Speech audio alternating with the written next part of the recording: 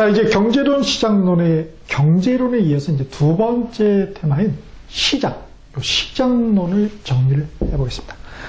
자, 교재 60페이지입니다. 자, 시장. 가장 핵심은 바로 요 시장의 균형이죠, 균형.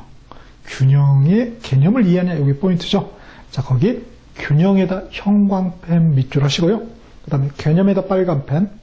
자, 균형이 또 뭐 할 수 있어요? 균형이 그대로 있는 게 아니라 변할 수가 있겠죠. 그래서 밑에 2번, 괄호 2번에 균형이 변동되어 있습니다. 자, 이동, 변동이나 빨간펜. 그래서 균형의 개념하고 균형의 변동, 요게 핵심 테마가 되는데요. 자, 균형 보니까 우리 시험 기출된 거 보면은 10회 이후부터 해서 14회, 17회, 18회, 19회, 20회, 25회, 26회 나왔어요. 25, 26나 했으니까 27회? 좀 보합세? 저는 그렇게 보네요. 자, 그러면은 먼저 이 출제자우도 날개박스 보니까 말이죠. 균형 가격 P0, 그림상에는 P0. 이게 이제 R일 수도 있죠. 임대 시장 같은 경우에서 균형 임대료라든지, 뭐 균형량, 같은 말로 균형 거래량, 같은 말로 균형 수급량, 다양한 표현을 씁니다. 요거 말이죠. 계산해낼 수 있겠는가? 함수가 주어졌을 때. 이렇게 QD, QS가 주어졌을 때. 오케이, 그거죠. 근데 이미 다 정리했죠. 다시 한번 복습하는 거. 단지 시장론이라는 테마로. 앞에는 경제론이라는 테마로. 경제가 결국은 어디서 벌어지는 거예요? 그렇죠. 시장에서 벌어지는 거. 그러니까 같을 수밖에 없죠. 자, 그래서 개념은 우리가 이제 글식 그림인데, 자, 글로 표현하면 어떻게 됩니까? 글로 균형을 표현하면은 말이죠. 이 균형을 한번 정리해 볼까요? 글로 표현하면은, 수요량하고, 결국, 공급량이 일치한 것을 우리가 균형이라고 볼 수 있겠죠. 또는, 수요 가격하고, 그죠? 공급 가격이 일치한, 그걸 우리 균형이라고 할 수 있겠죠. 그때의 이 가격을 갖다가 우리가 균형 가격이라고, 그죠? 그때의 공급량을 균형 거래량, 균형 수급량, 이런 표현을 쓰겠죠. 오케이? 그냥 균형이 아닐 때는 그냥 단순히 수요량 하겠지만, 수요 가격 하겠지만 말이죠. 이렇게. 글. 그 다음에 두 번째, 뭘로, 식 통해서 이해할 수 있죠. 식 이미 정리했잖아요, 이거. 그래서 수요 함수하고 공급 함수가 일치하는 거죠. 오케이? 자, 그림으로 오면 어떻게 됩니까? 그림으로 오면, 그쵸. 요거. 그래서 수요 곡선과 공급 곡선의 교차점이 되겠네요. 오케이, 끝. 그렇습니다. 자, 근데 이거만 하면 좀 섭섭하죠. 그래서 거기 보면은 하여튼 이제 저는 보면 시장, 이 균형 있는 시장에 대한 정의를 저는 이렇게 내려봤어요. 수요 공급에 의해 균형 가격과 균형량이 결정되는 시스템이다. 그렇죠? 그걸 저는 시장이라고 정의했는데, 저희 다닐 때는 이제 조순 교수님, 자꾸 오신 조순 교수님의 경제학 원론을 많이 봤거든요. 근데 지금은 하버드 대학교가 경제학과 교수인가 맹큐인가, 그 맹큐라는 사람은 이렇게 정의를 했더라고요. 시장이란 특정 재화나 서비스를 사고 파는 사람들의 모임이다. 꽂히더라고요. 사람들의 모임. 그러니까 물건이 중심이 아니라, 그죠? 사람이 중심. 상당히 철학적인, 그죠? 미국 경제학자인데도 불구하고 철학적으로 정의를 내렸더라고요. 오케이.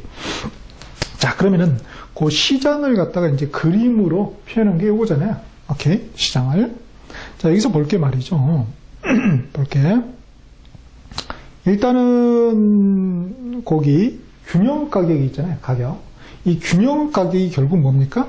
여기에 수요 가격하고 공급 가격이 같게 되는 것이고요. 그 다음에 그 Q0 균형량이라고 되어 있죠. 균형량은 뭐예요? 그래서 수요량하고 공급량이 일치하는 것이죠. 그렇게 볼 수 있겠고요. 다음에 거기 초과 수요, 초과 공급 이렇게 되어 있죠. 자, 초과 수요, 이 굵은 거만 보도록 하죠. 굵은 데를 기준으로 해서. 자, 여기죠. 자, 근데 예컨대 이 지점, 이렇게 나눠봐요. 자, 이렇게 되면 말이죠. 공급곡선으로 만나는 점이 여기잖아요. 그러면 공급량은 요만큼이죠. 자, 수요곡선으로 만나는 점은 요 점이죠. 만나는 점은 여기잖아요. 그죠? 그러면은 수요량은 요만큼이 되죠. 그죠? 그래서 이 공급량은 요만큼인데 수요량은 요만큼이란 말이에요. 그러면 차가 요만큼 발생되죠. 그걸 갖다 위로 그대로 올리는 거예요. 그럼 요만큼이 뭐예요? 수요가 공급이 초과 있잖아요. 그러니까 초과 수요다. 이렇게 부르는 거죠. 오케이? 초과 수요가 발생된다. 자, 이 초과 수요는 결국 뭐 하겠습니까? 그렇죠. 초과 수요는 수요자가 경쟁을 할 수밖에 없습니다. 너도 나도 살려고 하니까 수요자 경쟁이 일어나면 당연히 가격은 어떻게 됩니까? 인상이 되겠죠. 어디까지요? 요까지. 그렇죠. 이렇게 볼 수 있어요. 균형 가격까지 인상될 수 있다. 그 다음에 여기 가격 여기일 때 한번 볼까요? 이렇게 여기도 보자. 자, 수요는 수요에서 만나는 여기니까 요만큼이 수요량이 되겠죠. 공급선은 여기서 만나니까 요만큼이 이제 공급량이 나와요. 그러면 요 차만큼이 어떻게 됩니까? 그렇죠. 공급이 수요를 초과하죠. 그러니까 뭐예요? 초과 공급이 될 것입니다. 자, 초과 공급은 당연히 어떻게 됩니까? 공급자가 경쟁을 할 수밖에 없겠죠. 공급자가 경쟁을 하니까 어떻게 됩니까? 경쟁하면 가격이 떨어지겠죠. 어디만큼? 이때까지는 가격이 떨어진다는 거예요. 이렇게 볼 수 있어요. 오케이. 그래서 초과 수요, 초과 공급의 개념 우리 알고 있어야 되겠습니다. 그리고 말이죠. 요 균형을 여기 균형을 딱 여기 이제 있잖아요. 이렇게 하는데 자, 거기서 말이죠. 요 부분 그래프에 가지고 뭐라고 되어 있습니까? 거기에 소비자 잉여다 이렇게 되어 있죠. 소비자 잉여다.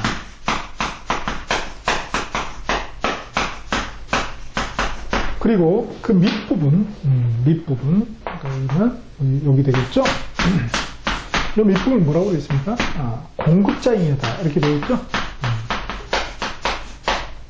잉여라는 것은 뭡니까? 그래, 뭐 잉여인가 그러잖아. 남는다. 남는 것은 이익이잖아요. 즉 소비자는 이제 수요자라고 해요. 그죠? 사실 수요와 소비는 다르지만 여기서 같은 개념으로. 자, 소비자는 어떻게 됩니까? 시장에 참여하지 않으면 어떻게 돼요? 시장에 참여하지 않으면 어떤 제한을 요만큼 살려면 뭐예요? 이 정도 가격에 예컨대 줘야 되잖아요. 그런데 시장에 참여할수록 가격이 좀 내려가잖아요. 그죠? 그래서 요 가격에 사는 거 아니에요? 오케이? 그래서 요만큼은 자기가 이익을 보는 거잖아요. 시장에 참여하면서. 그러니까 남는 거니까 소비자 잉여. 공급자도 말이죠. 공급자도 시장에 참여하지 않으면은 요 정도밖에 가격을 못 받는데 시장에 참여함으로써 요 가격을 받을 수 있잖아요. 그래서 역시 공급자도 요만큼의 이익이다. 그래서 공급자 잉여 또는 생산자 잉여 이렇게 표현합니다. 소비자 했으면 생산자로 합시다. 여기 책에처럼 물론 공급자 잉여 해도 관계는 없어요. 생산자 잉여라다. 그래서 그래프상의 잉여의 개념이 그렇게 반영이 될 수 있겠구나를 이해하는 게 중요하다는 것입니다. 오케이. 그 다음에 그 D 보니까 함수식으로 표현이 되는데 당연히 감소함수죠. 기울기가 그렇게 되니까 함수다. 함수적으로는 그리고 효용 극대화의 점에 집중했다. 그래서 이 기운 이유가 뭐라고요?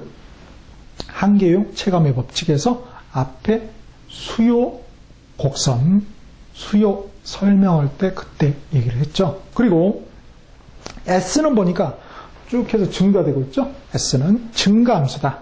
이용 극대화 점의 집합이고 이게 뭐다?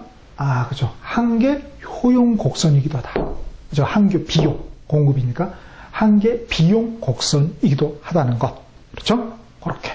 그래서 그런 개념을 아셔야 되겠습니다. 자, 이렇게 돼 있고요. 그 다음에 밑에 이제 균형의 이동, 변동입니다. 자, 이동, 변동에 빨갛게 하셨죠? 자, 이게 출제자들은 날개 박스 보면은 수요 변화나 공급 변화에 따른 수요 변화, 공급 변화, 그럼 뭐예요? 곡선 자체가 이동하는 거죠. 그죠?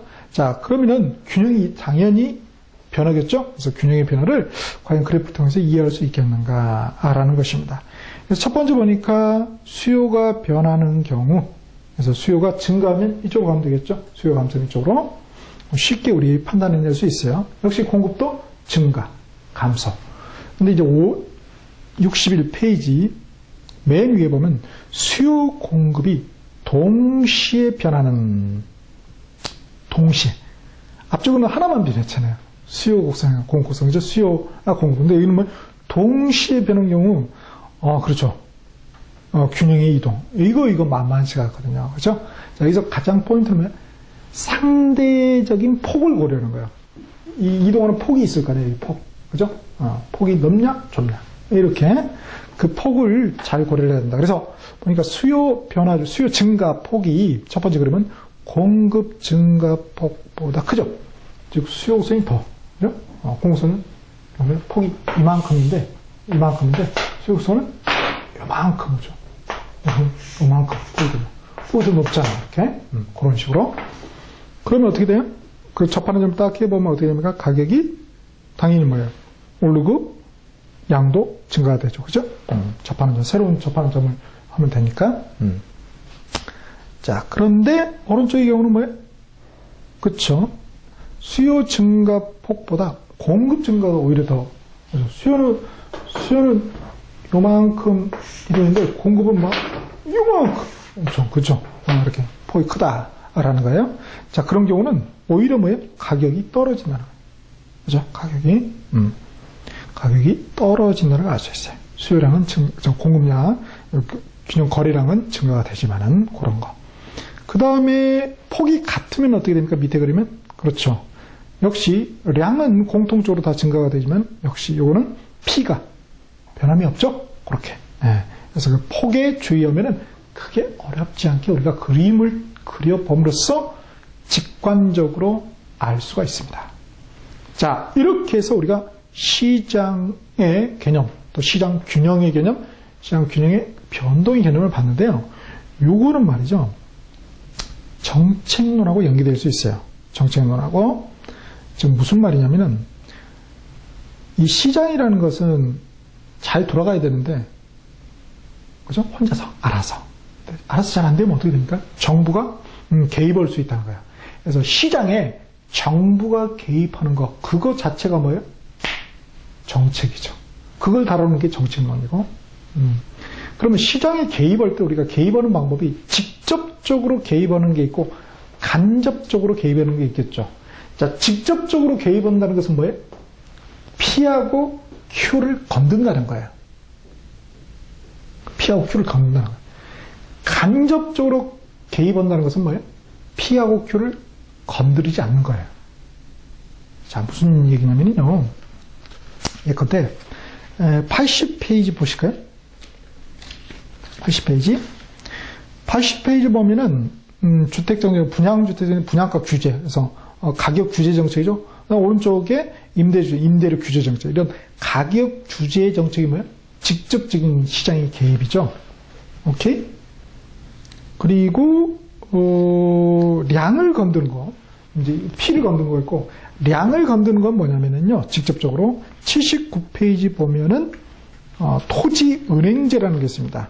79페이지 토지은행제 맨 밑에 보면 괄호 3번에 토지량을 직접적으로 국가가 그죠, 공급하겠다는 것이죠. 오케이.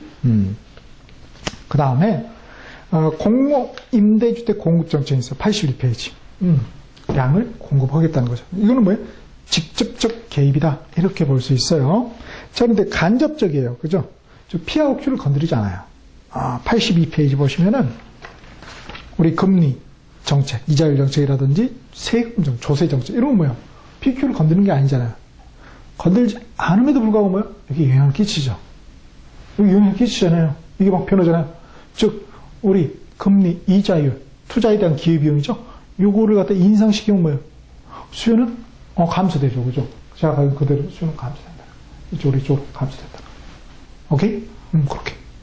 세금 올리면 마찬가지죠. 그렇게. 자, 그런 식으로 우리 시장으로는 당연히 뭐예요? 정책론하고 연계될 수밖에 없겠다는 거예요. 자, 이렇게 해서 이제 시정론을 봤는데 역시 중요한 것은 뭐예요? 가격이죠. 요 가격. 그래서 61페이지에 3번에 보면 부동산 가격 있죠? 거기다 파란 펜 밑줄 하겠습니다. 여기 뭐 11회, 15회, 16회 나왔어요. 27회 때. 좀 그렇죠? 그래서 그러나 이제 잠을 많이 잤어요. 그러면 제가 볼 때는 뭐 하나의 보기 정도로 충분히 하나의 1번에서 5번 보기 중에 하나로서는 충분히 나올 가능성이 있다. 저는 이렇게 봅니다. 자, 보니까 여기서 중요한 말이죠. 부동산 가격의 정의 개념에서 동그라미 2면 있죠. 가격과 임료의 관계는 원본과 과실 사이에서 인정 상관관계가 있다. 그럼 가격은 뭐예요? 원본. 임료는 뭐예요? 과실이다. 사과나무가 있어요. 사과나무는 뭐예요? 원본. 근원이죠. 거기에 넣으면 사과는 과실이 되겠죠. 마찬가지로 뭐예요? 토지가 있어요. 토지 가격, 이 자체는 뭐예요? 원본. 토지 임대료, 지대가 있겠죠. 예컨대? 그건 뭐예요? 과실. 그래서 가격과 임료의 관계는 뭐예요? 원본과 과실의 상관관계에 있다. 이런 표현이 나오면 뭐예요? 맞는 복이나 이렇게 아는 게 중요하다는 거죠. 그 다음에, 두 번째 칸에서 동그라미를 보면 부동산 가격 또는 가치는 소유권 및 소유권의 그 밖의 권리에 대한 장래 이익의 현재 가치다. 장래 이익의 현재 가치라는 거야. 자, 여주의 전철역이 이제 6월이면 이제 전철이 다닌다고 그러죠. 근데 지금 부동산 여주 가격은 뭐예요? 6월에 이미 들어온 걸로 가정하고 이미 가격이 올라와 있다는 거예요. 오케이? 그래서 장래 이익의 또는 편익의 현재 가치다. 요거는 뭐예요? 앞에 토지의 특성, 총론의 토지의 특성에서 뭐예요? 그렇죠. 영속성하고 연관이 되어 있다는 거죠. 영속성. 그리고 저기 뒤에 감정평가론의 가격의 제원칙에 예측의 원칙하고 맥이 닿아 있어요. 감평론이 안 끼는 데가 없죠. 감정평가, 뭘 평가한다는 거예요? 안 낄 수가 없어요. 안 낄 수가. 자, 가격의 제원칙 중에서 173페이지를 한번 펴보시면요. 밑에 보면은 동그라미 1번 해가지고 점 예측의 원칙, 부동산을 그 부동산을 장래치를 유형성을 예측하면서 이렇게 돼 있죠. 그렇게. 마찬가지로 앞에 총론 복습 하시나요? 처음 볼 때는 뭐 안 하셔도 되겠지만 나중에 꼭 하셔야 됩니다. 참 긴급속보입니다. 긴급속보. 여러분 민법 공부하고 계시죠? 제가 혼자니까 지금 개론하고 민법 할 거 아니에요. 여러분 그렇게 공부하시면 큰일 납니다. 자, 지금 부동산학개론 공부하는 와중에도 뭘 하셔야 돼요? 기존에 이미 올라와 있는 민법 및 민사특별법 버리더라도 민법, 그죠? 기초 강의, 기본 강의 꼭 한 권 책 펴놓고 공부를 하시기 바랍니다. 아시겠죠? 민법이 합격의 관건입니다. 개론이 아니에요. 개론만 열심히 하면은 된다는 론이 있어요. 민법이나 민법. 자, 그래서 38페이지 보시면은 영속성 해가지고 파급력의 경제론 시장론의 세 번째 점 보면 부동산 가치는 장래 편익의 현가한 값이다. 돼 있죠? 영속성. 그 다음에 이제 여기서 새롭게 보는 게 동그라미 2번입니다. 61페이지 두 번째 칸에 동그라미 2번. 둘 이상의 권리 이익이 있는 경우에 어떻게 된다고요? 각 권리 이익에 대하여 어떻게 된다고요? 가까이 가격이 형성된다. 가까이 가격. 그렇잖아요. 여러분 토지가 있으면 뭐예요? 토지 매매가도 있을 거고 지상권 설정할 때에 또 가격도 있을 것이고 저당권, 근저당권 잡을 때도 가격이 있겠죠. 그렇죠. 각각의 가격이 형성된다는 가까이 가격이 각 권리에 대해서 그래서 따라서 부동산 가격은 개별 권리 가격들의 총합이다. 이런 표현들.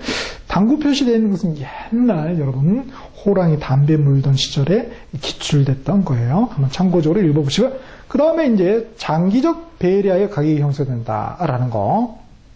그 다음에 국지적 또는 지역적 개별적으로 형성된다. 라는 것입니다. 오케이. 그래서 우리 국지하고 관련된 건 뭐예요? 우리 부동성, 그죠? 개별, 당연히 뭐예요? 개별성은 개별성 관련이 되어 있겠죠? 다음에 가격 나왔으니까 가격 관련해서 좀 어려운 용어들이 있습니다. 62페이지 보면 가격의 이중성 되어 있죠? 잠깐요. 61페이지에 두 번째 칸 권리 및 이익 가격에서 동그라미 2번. 그래서 고기 밑줄 그죠? 각 권리 이익에 대하여 각각 가격이 형성. 이런 보기가 나와도 뭐예요? 맞다고요. 그래서 3번에 부동산 가격의 파란펜 밑줄 하시고 거기에 각 권리 이익에 대해 각각 가격 형성에다가 검정색 밑줄. 62페이지입니다. 자, 가격에서 또 알아보자고요. 자, 가격의 이중성. 이중인격인가? 그게 아니고 두 가지 성향이 있다는 거죠. 성질이. 자, 가격의 이중성 검정펜 밑줄 하시고요. 자, 가격은 무엇에 의해서 결정돼요? 균형 가격. 수요와 공급에 의해서 결정이 되잖아요. 오케이? 그런데 이 결정된 이 가격이 다시 뭐예요? 수요와 공급에 영향을 미치면 또 그거 보고 살 건가 말 건가 의사결정할 거 아니에요. 그러니까. 그렇죠? 그래서 이런 게 있다라는 거. 영향 형성될 때 태어났기도 했지만 또 그의 영향이죠. 마치 우리 자녀죠. 우리 자녀는 애들은 뭐예요? 우리에서 태어났지만 또 우리한테 영향 끼치잖아요. 그렇죠? 왼수? 자, 그렇게. 다음에 요 가격 이중성은 우리 감정평가론 또 연계될 수밖에 없겠죠? 175페이지입니다. 175페이지에 보면 이제 가격의 제 원칙 중에 맨 위에 보면은 두 번째 진한 점이 있죠. 수요 공급의 원칙이라는 게 있거든요.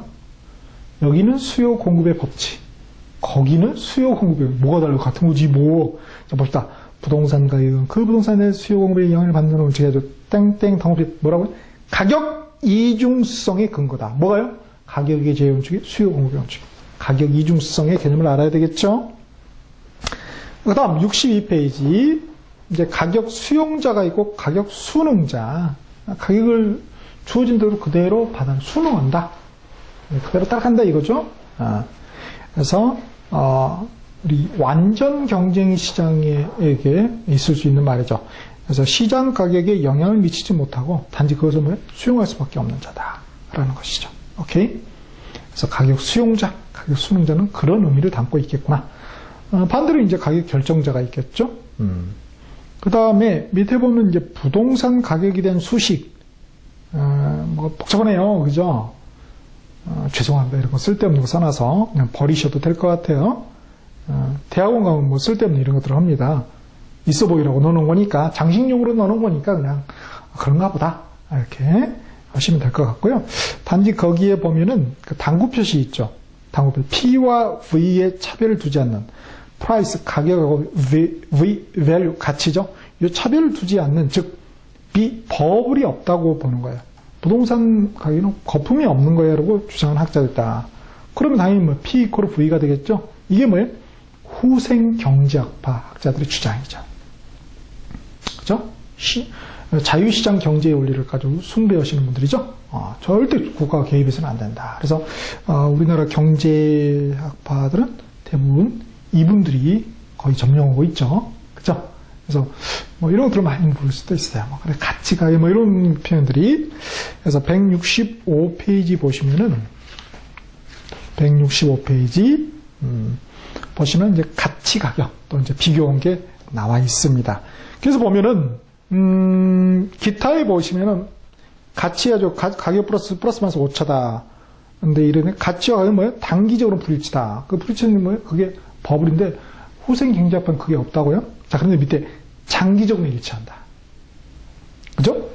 가치와 가격은 장기적으로는 뭐예요? 장기적으로 불일치한다면 틀려요? 일치한다. 그래서 일치, 불일치 이런 단기, 장기 이런 일상 평어를 뒤바꿔 놨을 때 틀린 복인지 체킹해낼 수 있어야 된다는 것입니다. 오케이. 그 다음에 뭐 헤도닉 가격 함수 막 그런 게 있어요. 그냥. 그 다음에 환율 저라면 이거 내는데 이게 안 내시더라고요. 왜냐면 이제 이거는 외환론 파트거든요. 외환론. 대부분 이제 경제학에서는 외환 파트 공부 안 하시잖아요. 저 다른 뭐 무역학이나 뭐 국제 통상학인가 뭐 그런 과 있잖아요. 저 옛날 무역학과 이런 데는 이제 외환론이 중요한데 그죠? 환율, 그죠? 근데 이런 문제를 제가 본 적이 없어요. 진짜로. 거기에서 제가 볼 때는 중요한 것 같은데 신문에 나오고 그런데 안 나올 것 같아요. 자, 왜? 경제학파, 후생 경제학파들이 다 쥐고 계시는데, 그렇죠? 다만 이런 거는 알아둘 필요가 있겠어요. 자, 환율이 인하된다. 다른 거 필요 없고요. 막 이렇게 화살표 돼 있잖아요. 환율이 인하된다. 자, 근데 1달러에 말이죠. 1달러에 1,000원이 지금 한 1,200원 한가요? 1,000원인데 환율이 인하됐다는 건 뭐예요? 1달러에 근데 900원이 있다. 이게 인하된다면 환율이 인하됐다. 그죠? 이걸 갖다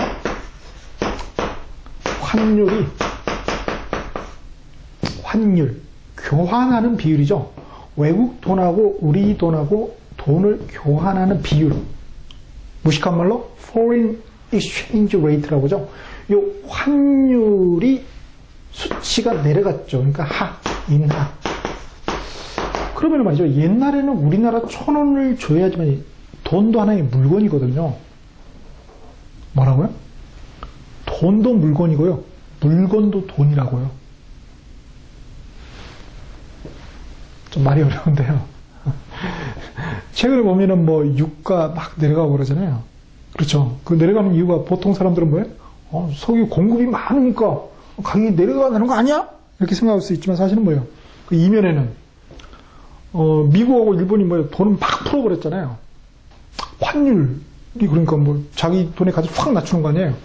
그러면 사우디아라비아나 이런 중동 애들이 가지고 있는 돈은 뭐예요? 석유잖아요. 석유. 그쵸? 그러니까 여기도 뭐 석유를 막 풀어버리는 거야. 겉으로 볼 때는 이게 뭐 석유적인 것 같지만 사실은 환율 전쟁이거든요.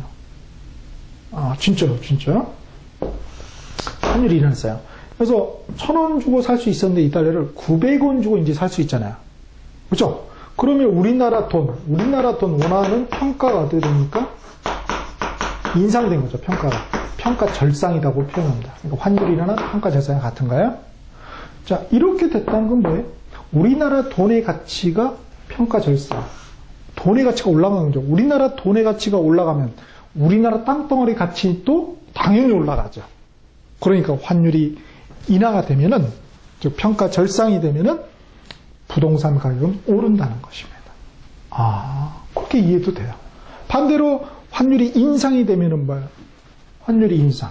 여기죠, 그렇죠? 1달러에 200원 됐다. 환율이 인상이 됐다. 환율이 인상이 되면 옛날에는 1,000원 주면 1달러 살 수 있었는데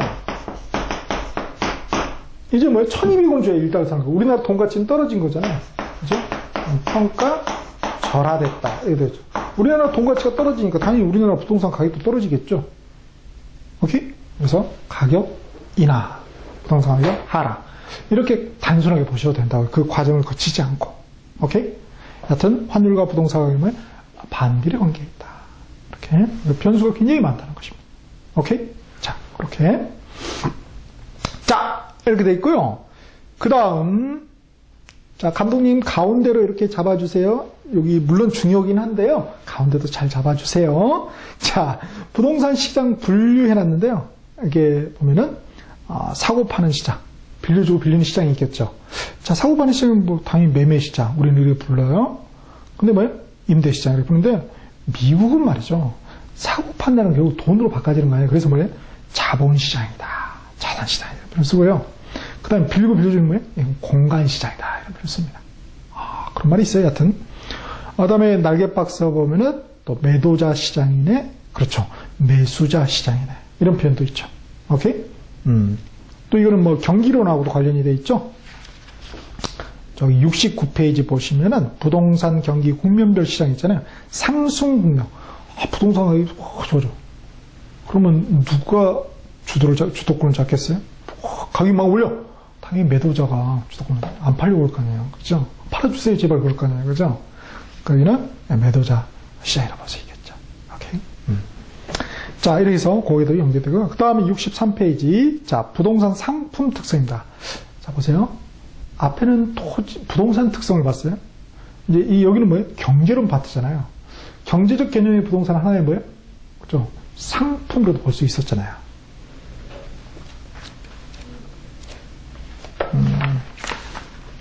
27페이지. 아, 새롭네요. 자, 27페이지 보니까 경제적, 인문적 개념 발음인데 경제적, 즉 경제적 개념의 부동산이죠. 자산, 자본, 생산 요소, 소비재, 상품. 이거 부동산 상품이다고요. 특성이 있겠죠. 그럼 당연히 어디서 기인했겠어요? 그렇죠? 부동산 특성에서 기인했겠죠? 자, 봅시다. 우리 고가성, 우리 토지의 특성 중에서 뭐예요?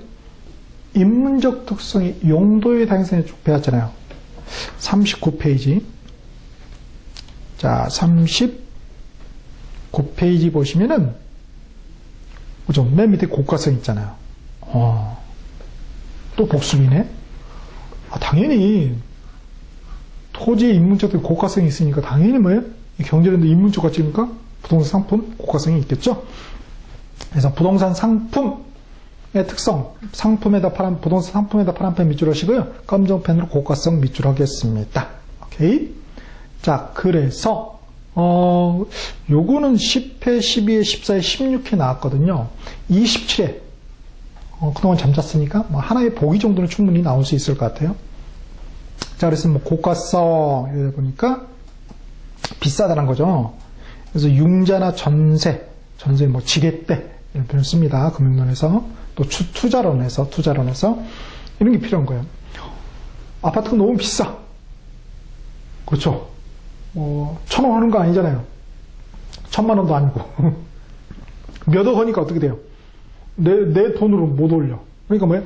너무 무거우니까 경제적 관점에서. 그러니까 지렛대를 빌리는 거죠. 그래서 쉽게. 남의 돈을 빌리는 거죠. 남의 돈을 뭐라고 그래요? 지렛대. 그래서 이 투자론에 아파트를 산다는 것은 또 투자이기도 하죠. 그래서 97페이지 보시면은 지렛대 효과. 지렛대는 남의 돈을 차입하는 거죠. 차입 효과. 남의 돈은 타인 자본 사용하는 거죠. 타인 자본 사용 효과예요. 그렇죠? 자, 이 지렛대의 효과라는 것을 투자론을 배운 거예요.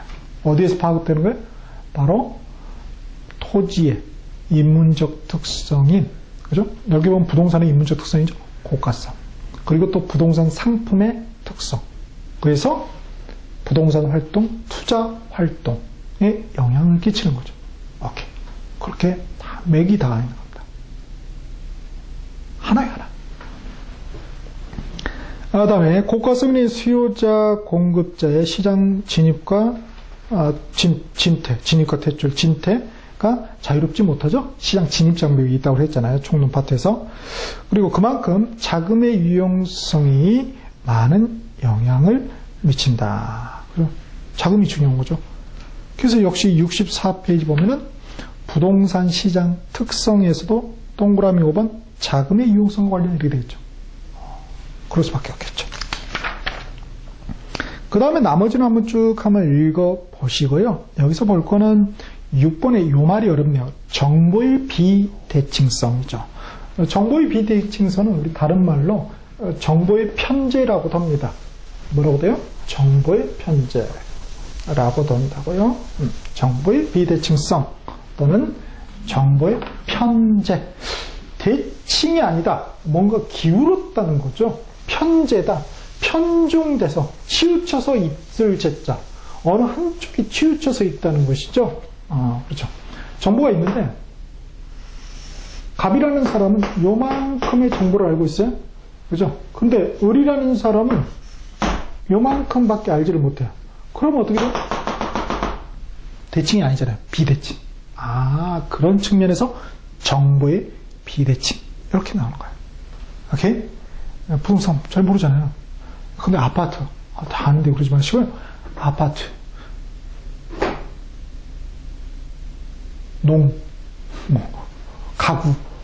가구 뒤에 곰팡이가 잘 살아. 결로가 있어. 가구로 가려서 잘 몰라.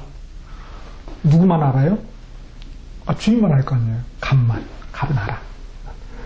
근데 이 친구는 요까지는 몰라. 요 이상은 몰라. 이 결로 생기고 요 부분은 모르는 거예요. 그렇죠. 부동산 상품의 특성이라고요. 그죠? 그 다음에 예컨대 지하철이 개통되는 신역이 얘는 아는데 얘는 몰라. 마찬가지죠. 그렇죠? 자, 그런 정보의 비대칭성 또는 정보의 편제.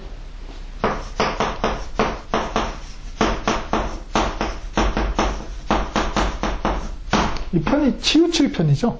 편중돼 있다 그러잖아요. 편파 방송한다 이렇게 한쪽이 전부 치우쳐서 있을 제자 정보가 그런 특성이 있다. 부동산의 경우에 자 그렇게 돼 있습니다. 오케이. 따라서 이 매도인 근데 얘가 아파트를 판다고 하시더라. 이 매도인 이거 그대로 놔두면 되겠습니까? 애 보고 책임지라 그런 것도 이렇게 해야 될 거 아니에요. 어디서요? 매매할 때 민법에서 규정하고 있습니다. 그게 뭐예요? 바로 매도인의 담보 책임입니다. 민법 안 하실까봐 언급하는 거예요. 민법 하셨죠 오늘도? 오케이. 민법의 이제 세 번째 나무가 채권인데요. 432페이지 보시면은 432페이지 가보겠습니다. 날라가 보죠.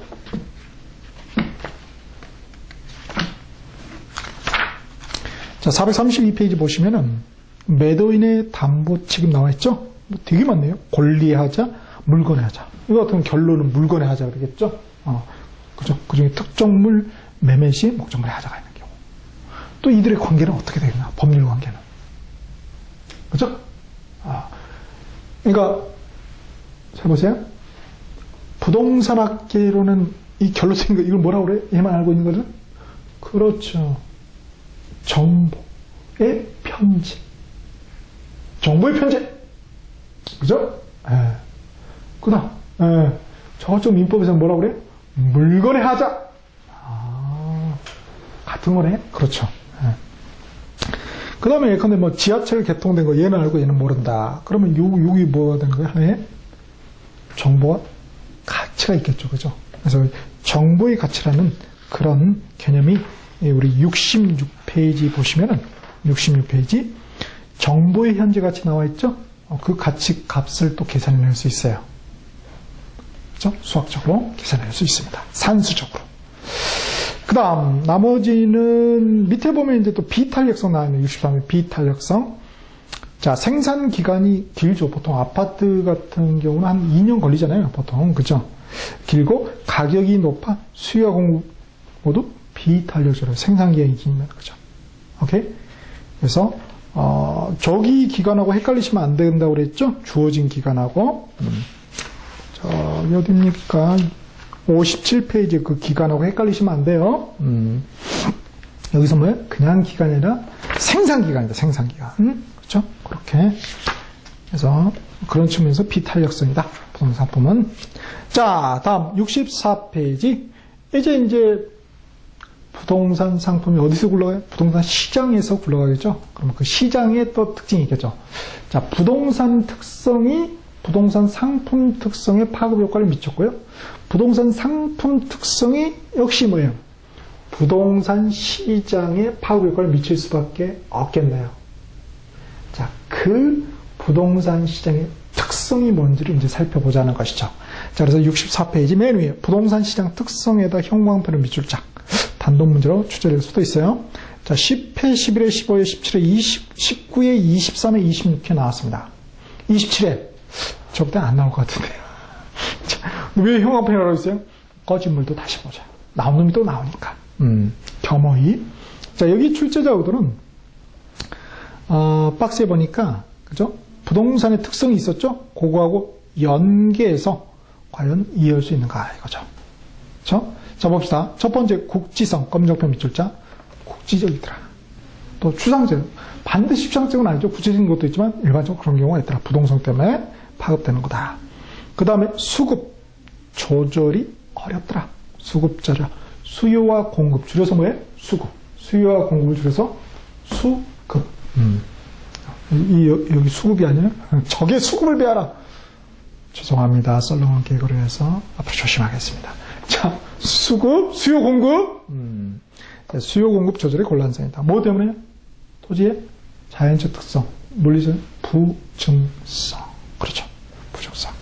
그 다음에 비공개, 비표준화성, 비조직성. 그렇죠? 요 B자 빠지면 틀립니다. B자 있냐 없냐 잘 구별하셔야 되겠어요. 자, 이거는 뭐예요?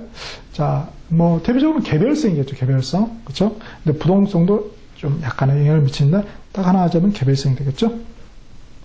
그 다음에 4번에 보니까 장기성, 고가성 때문에. 그 다음에 장기금의 유용성하고 관련이 있고 법적 제한이 되게 많죠. 부동산 공법만 해도 몇백 개 돼요. 그 다음에 이런 것으로 해서 결국은 어떻게 된다? 부동산 시장은 불안정 경쟁 시장의 특성을 가지고 있더라고요. 그렇죠? 그 다음에 요게 여기서 끝나는 게 아니라 밑에 9번째 보면 효율적 시장이라는 게 있죠. 이 효율적 시장하고 연계해 보면은요, 65페이지에 두 번째 표에 보시면은, 첫 번째 봐도 좋고요. 효율적 시장을 세 개로 구별을 해놨잖아요. 약성, 준강성, 강성. 효율적 시장인데, 그 중에 특히 우리 부동산은 이 중에 뭐에 해당될까요? 그렇죠. 학자들은 준강성 효율적 시장에 해당된다고 봅니다. 그래서, 64페이지 7번 밑에다 8번 동그라미 하시고요. 준강성 효율적 시장 하나 더 써놓읍시다. 빨리 쓰시네요. 오케이. 자, 그러면은 부동산 시장 특성에서 제일 중요한 거 검정펜 밑줄 그렇죠? 국지성, 두 번째 수급 조절의 곤란성, 마지막 7번째 불완전 경쟁 시장. 그 세 개는 꼭 기억을 해야 되겠네요. 뭐하고 연계해서? 앞에 총론의 부동산 특성하고 연계해서 말이죠. 자, 7번의 이제 테마가 부동산 시장 기능인데요. 뭐 좋은 기능 하겠죠? 14회, 17회 때 딱 두 번 나왔어요. 그것도 어떤 한 해는 또 하나의 보기로. 27회 때 안 나올 공산이 크죠. 그러나 꺼진 불도 다시 보자. 자, 부동산 시장 기능에다 검정펜으로 밑줄 하시고요. 자, 첫 번째 보니까 뭐예요? 가격을 형성하죠? 가격을 형성하잖아요. 이렇게. 교차해서. 그죠? 가격을 형성 또는 가격 창조. 다 같은 말입니다. 형성이나 창조라 만들어내는 거잖아요. 그 다음에 교환. 교환되죠. 돈하고 물건하고. 아파트하고 돈하고. 아니면 교환. 아파트하고 토지라고. 어떤 교환. 그 다음, 자원이 배분된다. 자원을 나눠준다는 말이 아니고요. 우리가 가진 자원이 뭐가 있어요? 돈도 있고, 노동도 있고, 토지도 있고, 이렇게 자원도 있고, 여러 가지 있잖아요. 구체적으로 하면 콘크리트도 있고, 시멘트도 있고, 여러 가지 있는데, 이런 거 제한이 돼 있잖아요. 유한하잖아요. 오케이? 이런 걸 갖다 시장에 의해서 이렇게 조절이 된다는 거예요. 그래서 그게 자원 배분이다 또는 자원 분배다. 이렇게 할 수도 있어요. 소득 재분배 아니에요. 주의하세요. 자원이에요, 자원. 그 다음에 세 번째, 양과 질을 조정한다. 서로 경쟁을 하잖아요. 양하고 또 질. 퀀타티뿐만 아니라 퀄리티까지 조절을 한다. 부동산 시장에. 그 다음에 정보를 제공해줘. 시장 가격이 얼마인지. 우리 여러분 등기부 때 보면 다 가격이 있잖아요. 또 국토부. 그죠? 그래서 제공하는 여러 가지 좋은 서비스들이 많잖아요. 얼마나 많은 정보들이 공개됩니까? 그죠? 자, 이렇게 봤고요. 그 다음. 자, 이렇게 해서 이제 시장이 잘 굴러가면 문제가 없는데, 시장이 삐끗어갈 때가 있더라. 그걸 뭐라고 그래요? 시장의 실패라고 합니다. 마켓 페일러죠. 8번 테마, 시장의 실패, 형광펜으로 밑줄 쫙. 10회, 18회, 19회, 22회, 23회, 26회 출제가 돼서 27회 보합세. 자, 개념은 시장의 기능 중에 자원 배분이 있었잖아요. 요 배분이 효율적이지 못한 것을 갖다 시장의 실패라고 한다라는 거예요. 오케이. 그 다음에 원인, 요게 중요하죠. 그래서 날개 박스에 보면 출제자 의도 뭐예요? 우리 시장의 실패하고 비교되는 게 뭐예요? 그죠? 정부의 실패가 있거든요. 그 집안을 구별하는 거, 이게 중요합니다. 그래서 집안 구별인데, 특히 이제 시장 실패 원인하고 정부 실패 원인을 구별해낼 수 있겠는가라는 것이에요. 자, 원인 보겠습니다. 원인에다가 빨간 펜 밑줄 하시고요. 공공재 있잖아요. 여러분, 지하철. 공공재. 매번 적자라고 그러죠? 원래 가격하면 뭐, 지금 한 거보다 한 몇 배 더 비싸다고 하잖아요. 우리 싸게 타고 있잖아요. 공공재는 뭐예요? 그러니까 제대로 된 제대로 된 가격에 의한 제대로 된 수요와 공급이 이루어지지 않죠. 시장 실패죠. 오케이? 그 다음에 외부 효과. 자, 외부 효과에다 검정펜. 이거 중요해요. 또는 외부성이라고 하죠. 이미 봤어요. 총론에서. 우리 이 37페이지에서 이미 본 거 다시 한번 보는 거예요. 늘 복습입니다. 38페이지. 그죠? 오해부 효과, 외부성이 있죠? 거기서는 뭐예요? 오해부 효과는 무엇의 파급 효과다? 부동성하고 인접성의 파급. 여기 중요한 거예요. 총론 파트에서는. 여기 경제에서는 뭐예요? 시장 실패의 원인이다. 이게 중요한 거죠. 똑같은 외부 효과를 보는데 말이죠. 자, 외부 효과. 그런데 말이죠. 부의 외부 효과뿐만 아니라 뭐예요? 정의 외부 효과도 외부 효과인가요? 그렇죠. 앞에 그냥 외부 돼 있지 정부 안 돼 있잖아. 둘 다 된다. 둘 다 포함이 된다. 그래서 부의 외부 효과뿐만 아니라 정의 외부 효과도 뭐예요? 시장 실패 원인이다. 제대로 사실은 뭐예요? 그 꿀 따가면 그거 받아야 되거든요. 과손 꿀 따가면 벌 보고 돈 내고 와 주인하고 이렇게 해야 되거든요. 시장 가치가 있는 거니까. 근데 그러질 않잖아요. 그죠? 자, 그렇게 된다는 거. 그래서 외부 효과. 이게 중요해요. 그 다음에 정보의 편제 또는 정보의 비대칭성이라고 그랬죠? 이것도 뭐예요? 시장이 실패한 거잖아요. 아니, 아파트 결로 있으면 이 아파트가 10억이야. 결로 낀 거, 알면은 깎겠죠. 9억 9천이라도 하겠죠. 근데 뭐예요? 제대로 된 가격 9억 9천이 아니라 10억에 받아가잖아요. 팔잖아요. 그러니까 뭐예요? 시장이 실패죠. 그 다음에 독과점. 자기들끼리 해가지고 이렇게. 그죠? 특히 석유, 거의 뭐 독과점이죠? 오를 때는 빨리 오른 것 같은데, 내릴 때는 참, 어떻게 그렇게 느린지 몰라요. 좀 그래요. 자, 이렇게. 대체제가 많아야 되는데, 석유도 말이죠. 그죠? 자, 이렇게 됐고, 그 다음에 무임승차. 지하철 또 나오네요. 공공재이면서 또 무임승차. 대표적인 예죠? 원래는 뭐예요? 제가격 주고 사야 되는데, 타야 되는데, 사야 되는데. 지하철 사면 안 되죠. 타야 되는데, 우리 공짜로 타잖아요. 그러니까 뭐예요? 그렇죠. 시장의 실패죠. 그 다음, 요게 어렵죠. 규모의 경제 또는 비용 체감 산업 이렇게 되어 있는데, 자, 규모의 경제에다 검정펜을 밑줄합시다. 자, 요게 어려운데요. 그 왜 그러냐면, 두 번째 밑에 화살표 보니까, 규모의 경제는 누가 달성할 수 있어요? 조그만 기업은 규모라는 게 있을 수 없어요. 구멍가게지, 그죠? 그러니까 뭐예요? 대기업이 규모의 경제라는 걸 달성할 수 있어요. 자, 그러면 당연히 대기업이 어떻게 됩니까? 결국은 독과점으로 귀결이 되겠죠? 그러니까 규모의 경제도 뭐예요? 시장 실패의 원이라는 거예요. 오케이? 자, 이렇게. 자, 그런데 우리가 볼 때는 시장 실패 같은데, 시장 실패가 아닌 게 있어요. 대표적인 게 불량주택이라는 게 있죠? 불량주택. 막 금이 많이 가고, 막 페인트도 벗겨져 있고, 내일 모레 곧 쓰러질 것 같은 주택 있잖아요. 자, 불량주택은 시장의 실패가 아니라는 거예요. 뭐예요? 자, 시장의 실패가 뭐라고요? 제대로 된 가격에, 그죠? 수요와 공급이 이루어지지 않는 거죠?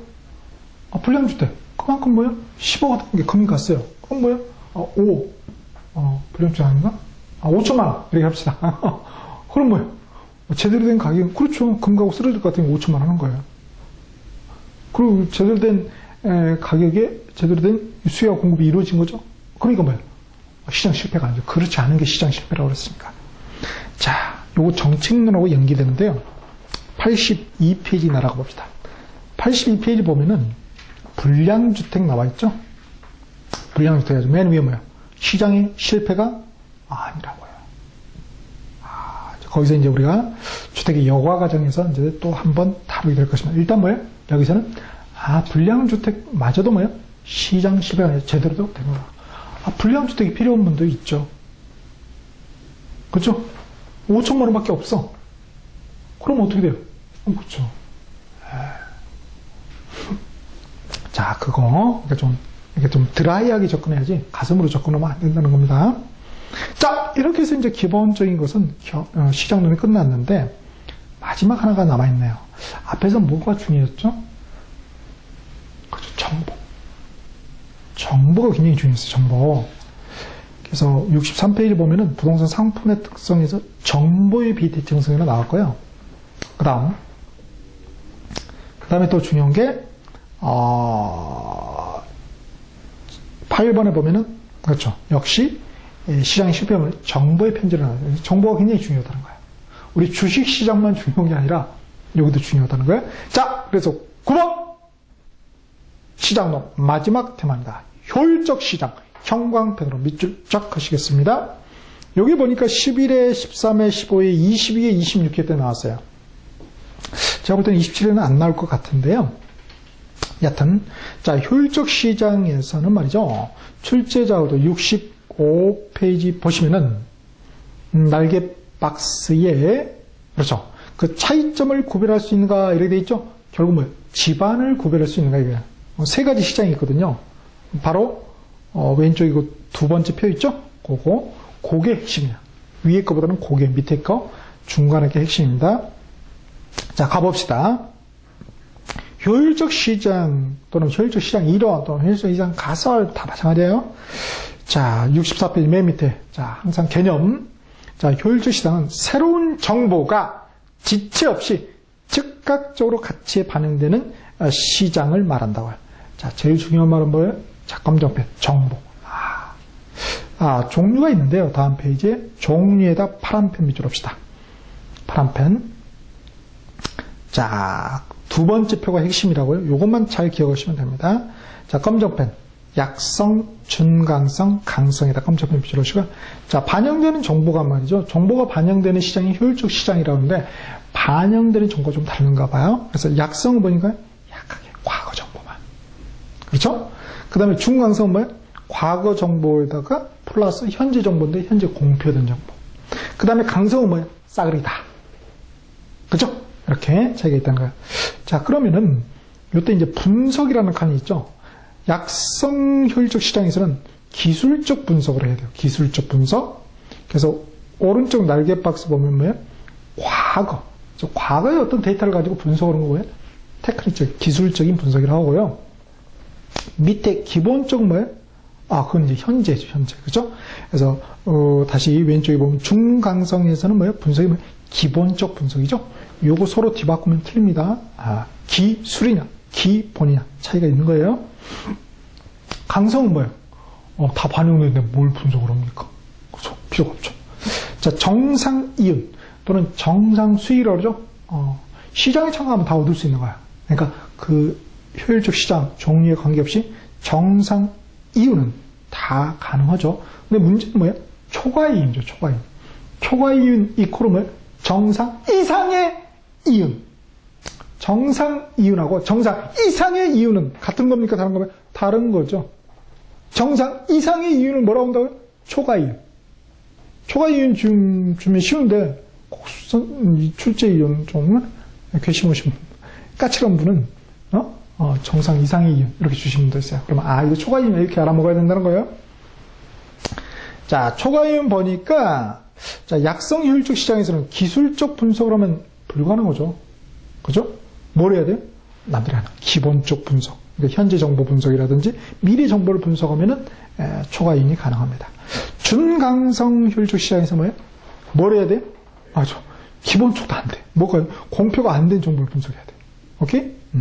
그 다음에 강성 효율적 시장 초과이윤은 어떤 경우도 존재하지 않습니다. 왜? 모든 정보 다 반영이 돼 있으니까.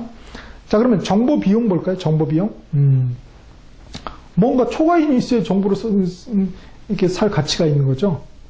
그러니까 초과이윤이 존재하는 약성 효율적 시장하고 중강성 효율적 시장의 경우에 정보 비용이 존재를 합니다. 그러나 초과이윤이 발생하는 강성 효율적 시장에는 그렇죠? 없죠. 존재하지 않습니다. 자, 다음 괄호 3번에 보니까 할당 효율적 시장, 빨간 펜으로 밑줄 짝 할당 효율적 시장이라고 돼요. 자, 할당 효율적 시장 나와 있네요. 여기서 중요한 말은 요 말 있죠. 정보 가치 이코로 정보 비용. 거기다 검정펜 비추자. 자, 할당 효율적 시장이라는 건 뭐예요? 정보 가치 이코로 정보 비용인 그런 시장을 말합니다. 그죠? 그래서 정보로는 초과 이윤을 얻을 수 없는 시장이다. 즉 뭐예요? 초과 이윤 이코로 0이라는 거죠. 초과 이윤 이코로 0이다. 그게 뭐예요? 할당 효율적 시장이다. 투자론적 측면에서 뭐예요? 기대 수익률 이코로 요구 수익률인 시장이다. 말이 좀 어렵네요. 아직 우리 투자론을 안 배웠지만 말이죠.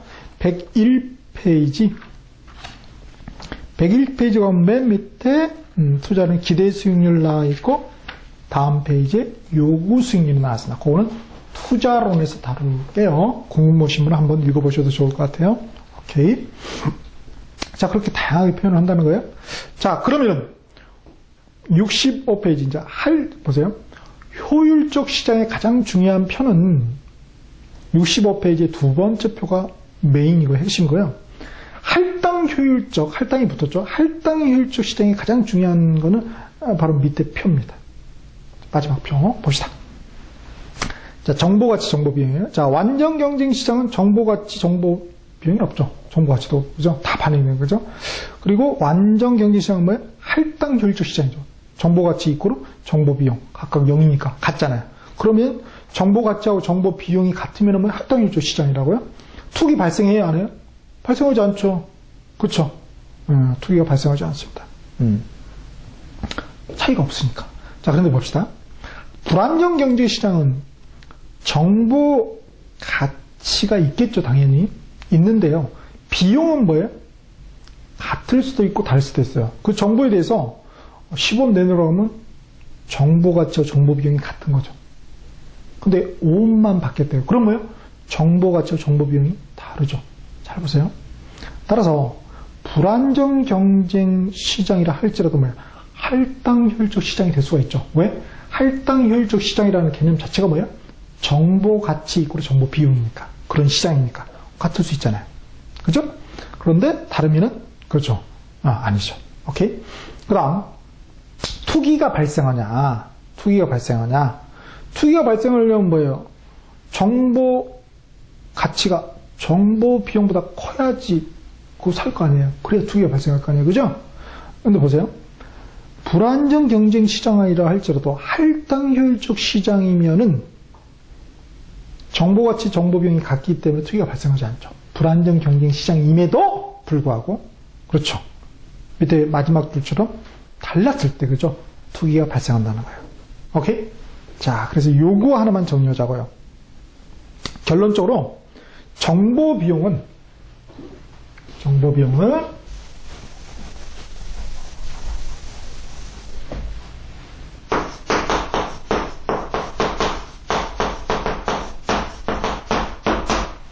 뭐하고 연계되는 거예요?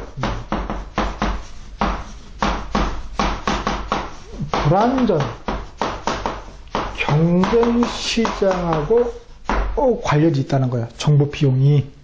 그렇죠? 정보 비용은 불안정 경쟁 시장하고, 그 다음에 투기 발생은 뭐예요? 투기 발생은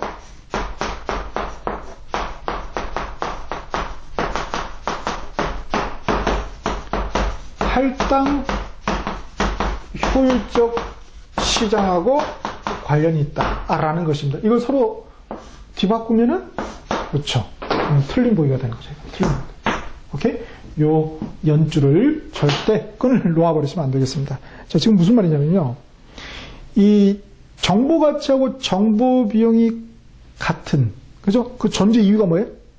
존재 이유는 정보 가치하고 정보 비용이 같은 존재 이유는 불안정 경쟁 시장 때문입니까? 시장이 할당 효율적이지 못하기 때문에 그렇습니까? 역으로고요. 불안정 경쟁 시장 때문이라고요. 오케이? 그러니까 정보 가치와 정보 비용이 존재하는 이유는 부동산 시장이 할당 효율적이지 못하기 때문이다. 그러면은 다른 집안 가는 거예요. 집안을 잘 구별을 하셔야 돼요. 틀린 보기가 되는 것이죠. 오케이? 자, 왜 그래요? 그 밑에 표를 보면 알 수 있잖아요. 그렇죠? 할당 효율적이어도 정보 비용이 발생하는 경우가 있잖아요. 그렇죠? 그렇죠? 네. 자, 이렇게 10 이런 경우 발생되잖아요. 그 다음에 투기가 발생하는 이유는 뭐예요? 부동산 시장이 투기가 발생하는 이유는 부동산 시장이 불안정 경쟁 시장이기 때문이다. 그럼 틀려버려요. 그죠? 뭐 때문에? 할당 효율적 시장이지 않기 때문에 그렇다는 거죠. 잘 구별하시기 바랍니다.